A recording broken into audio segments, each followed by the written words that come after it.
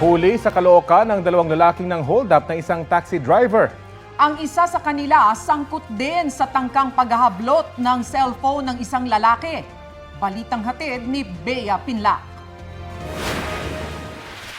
Nagse-cellphone habang nakaupo sa gilid ng General Tirona Street sa Bagong Baryo, Caloocan ang lalaking ito. Biyernes ng madaling araw nang may dumaang nakamotorsiklo. Tumigil sila sa harap ng nakatambay na lalaki. Maya-maya, umandar ang mga nakamotorsiklo at tinangkang hablutin ng angkas ang cellphone ng lalaki. Bigo silang makuha ang cellphone. Hindi nakapagreklamo ang lalaking muntik ng mahablutan. Makalipas ang ilang araw, naaresto ang angkas ng motor dahil naman sa pagkakasangkot sa robbery hold-up sa isang taxi driver. Nahuli rin ang isa pang kasabot niya. Nagkunwari silang pasahero.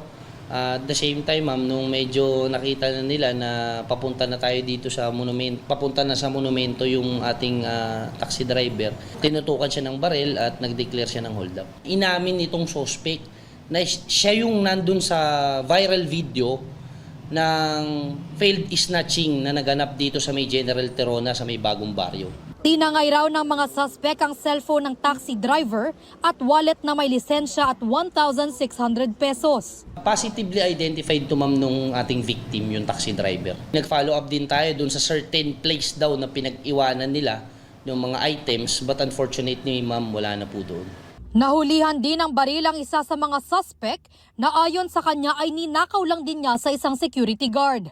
Ayon sa pulisya, posibleng bahagi ng mas malaking grupo ang dalawang arestadong suspect.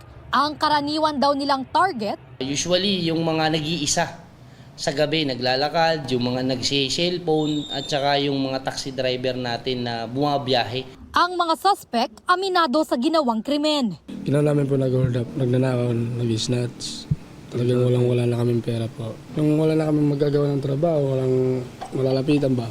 Yan, ginawa namin, hold up na lang kami. Kailangan po kami ng pera, ma'am, para panggastos po.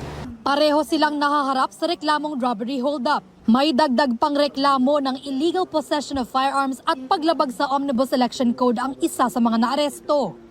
Bea Pinlac, nagbabalita para sa GMA Integrated News.